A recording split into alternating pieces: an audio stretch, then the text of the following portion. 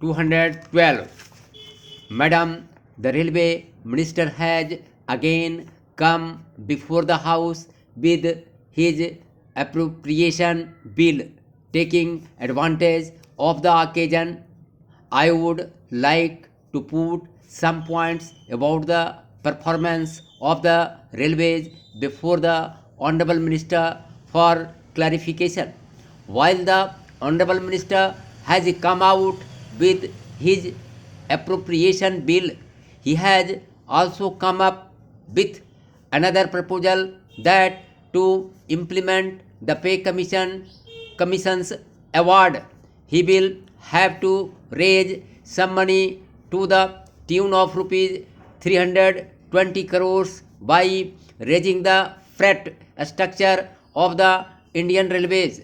Only 9 months back, when the railway budget was placed before Parliament, the railway minister justified the necessity for a hike in passenger fares, and that too for better performance of the railways and for going more amenities to the passengers.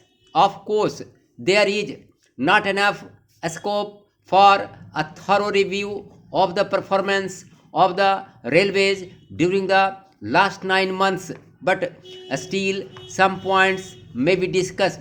Definitely, the minister will take pride in his own performance, but I do not know whether the Honorable Minister has any knowledge or connection with what the passengers say about the railways. Perhaps he may not be having any contract with the ordinary public who travels by the railways. They have a number of substantial complaints against the performance of the railways. True, some new trains have been introduced during this time, and for some of the trains the running time has been reduced, but not to the extent to which it was there 5 or 6 years back. But if you look at the railway system as a whole, you will find that improvement of the total railway system has remained at a big zero. There is no improvement if you look at the overall performance of the railways.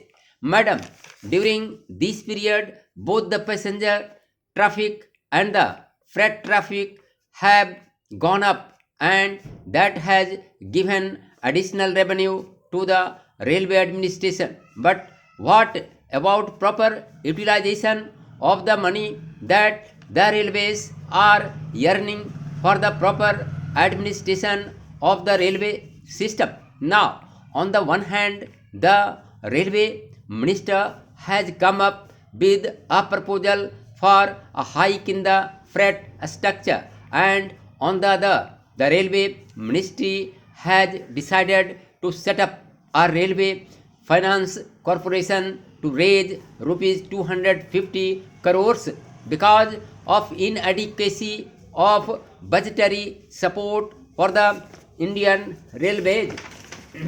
Next, during the third 5-year plan, 16% of the national plan was allocated for the railways. Then it started reducing. In the 10th plan, it came down to 5%, and in the 11th plan, it is expected to be 6%. It means the allocation for the railways, which is the biggest public utility service in our country, is a very small fraction of the total outlay available in our plans. Who is responsible for this? Are the public to suffer for this? And will the government every year come up with proposals for raising passenger fares or the freight structure?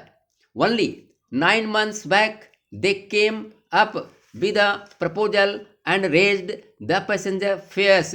Now they are raising the freight structure. This is putting additional burden on the people as a whole. What will be the effect on the economy in general if these rupees 320 crores are allocated through this hike in the freight structure? It will have a disastrous effect on the total economy that will lead to serious inflation. If we go in for a rise in the administered prices by raising the freight structure, they say it may lessen the burden on the people or minimize the burden on the people. Whatever it is, the fact is that the effect of this hike in the freight structure will be serious on the total economy, and prices of all essential commodities are bound to go up. So, madam, I feel that the railway administration is putting additional burdens on the people several times every year.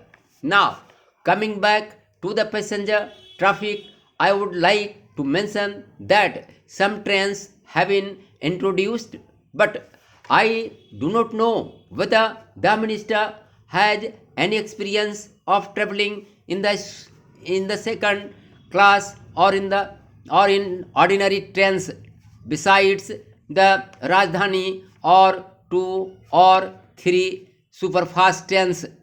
There are deplorable conditions in the passenger trains that are running in our country, without water, without light, without the minimum amenities. The passengers have to travel in a very pitiable conditions, and reserved compartments are full of people who are without reservation, and people are compelled to travel in that way because of the shortage of accommodation.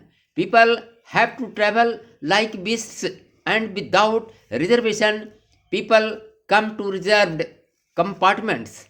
The reservation has also been reduced to hours nowadays. To make a reservation in an ordinary first class or ordinary second class has no meaning, because people would not be able to travel in their reserved seats, and they will be made to stand while others without reservation will sit there.